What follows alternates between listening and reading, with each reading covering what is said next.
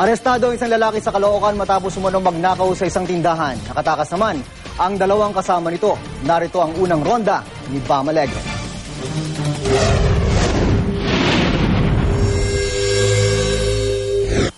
Nutukan ako agad ng baril. Arestado ang lalaking ito matapos umanong magnakaw sa isang tindahan sa Samson Road, Caloocan City. Nilimas umano ni Rodel Geponggol at ng dalawang nakatakas nitong kasamahan ang 1,200 pesos na kita ng tindahan ng Kasaba Cake.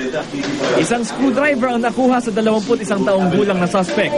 Nung sinalakay, bumagsak ako, tapos tinurukan ako ng baril. Ang saka yung ginamit ng isa na screwdriver, ayun, di na ako nakakapalag.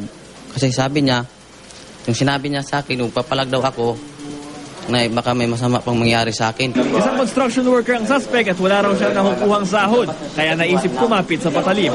Pasama lang po ako sa kanila. Unang sama ko po sa kanila.